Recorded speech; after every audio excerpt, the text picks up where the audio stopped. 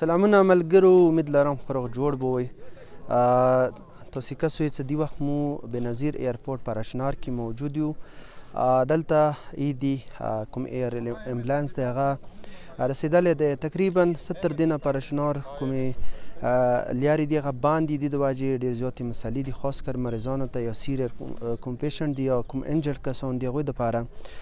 خو نن خوشقسمتۍ سره چونکې دوی درد انسانیت سره د دوی مینه دی کوم ایر امبولانس دی هغه تاسې لیدلی شوئ څه راغلی دی هغه کې څه میډیسن ورسره نور شیان یې هم راوړي دي. نو دا به دغه ځینه چالو کېږي او کوم هغه سیریس کنډیشن مریضان دي هغه به دې ځینه چې کوم دي هغه پېښور ته یا مختلفو ځایو ته به ریفر کېږي.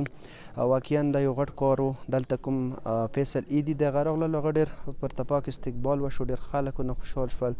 ویل یې دا د وخت یو اهم ضرورت د حکومت طرفه هېڅ قسم ته هلیکاپټر یا جاز اوسه پورې نه ده شي بلکې زمیني کومې لارې دي هغه یې بند کړي دي.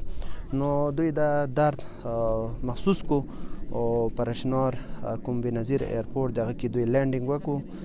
فی الحال دوی څه میډیسن یا راوړی دی او دې نه علاوه دا جاز به کوم مریضان دي هغه به هم وړي او دا یو غټ کار دی څه پر اشنار تاریخ کې 2002 نه بعد نه و شوی. دا اوس وشو نو دغه ټول خلک د دې ډېر زیات مشکور دي، شکریه یې ادا کوي او واقعا دا یو غټ کار شوی دی. خدای دوی ته توفیق ورکړي. مهرباني.